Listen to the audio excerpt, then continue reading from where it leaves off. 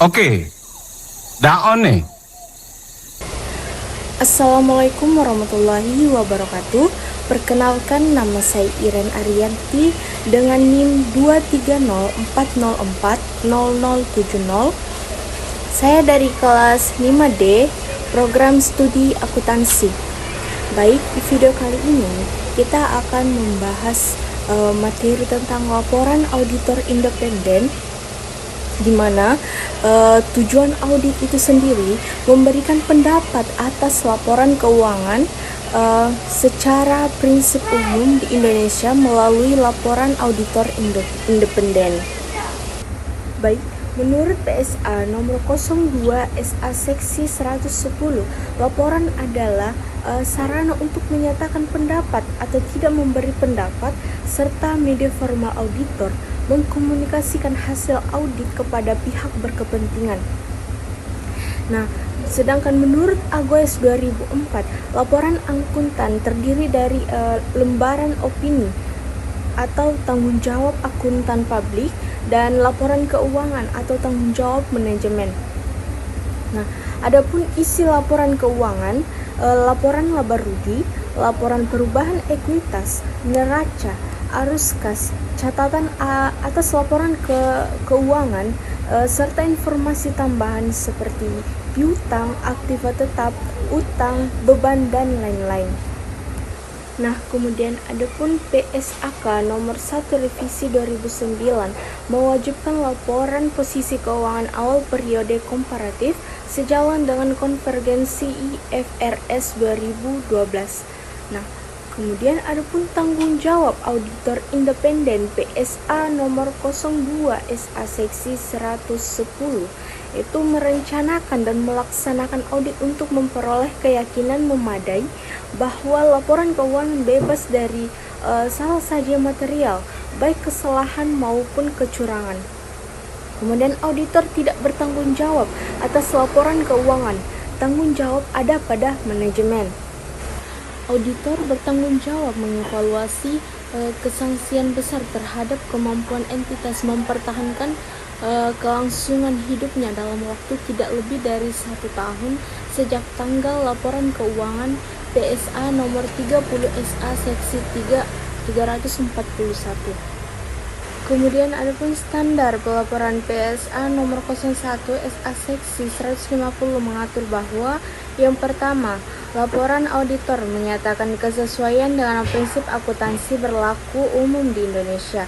Kemudian yang kedua, menunjukkan ketidakkonsistenan prinsip akuntansi jika ada.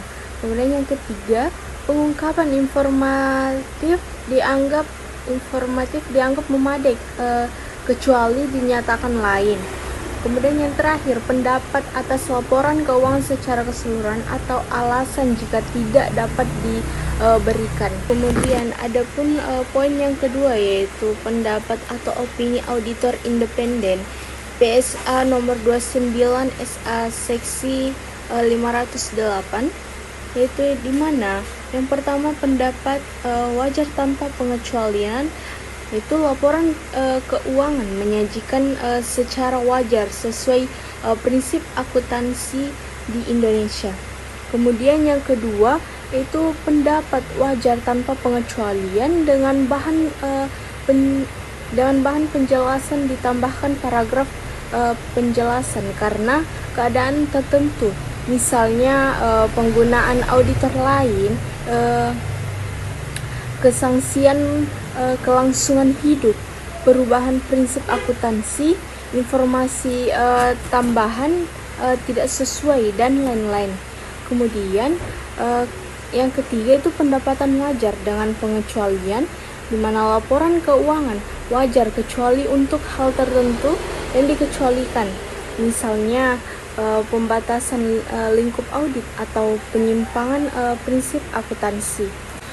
Kemudian yang keempat, pendapatan tidak wajar, di mana laporan keuangan tidak menyajikan secara wajar sesuai prinsip akuntansi. Kemudian yang kelima, pernyataan tidak memberikan pendapat, di mana auditor tidak menyatakan pendapat karena lingkup audit tidak memadai atau terdapat alasan substansif lain. Adapun poin yang ketiga yaitu elemen laporan auditor independen. Elemen laporan auditor independen menurut standar auditing di Amerika Serikat terdiri dari 7 bagian, yang dimana yang pertama judul laporan, yang kedua alamat laporan audit, yang ketiga paragraf pendahuluan, yang keempat paragraf ruang lingkup, yang kelima paragraf pendapat, yang keenam nama kap, dan yang ketujuh tanggal laporan audit. Nah, perbedaan laporan auditor bentuk baku adalah pada laporan keuangan komparatif yang mencakup dua periode, sedangkan laporan biasa hanya satu periode akuntansi. Baik, sekian dari video penjelasan singkat dari saya. Apabila ada kekurangan mohon dimaafkan. Wabillahi taufiq wal hidayah. Wassalamualaikum warahmatullahi wabarakatuh.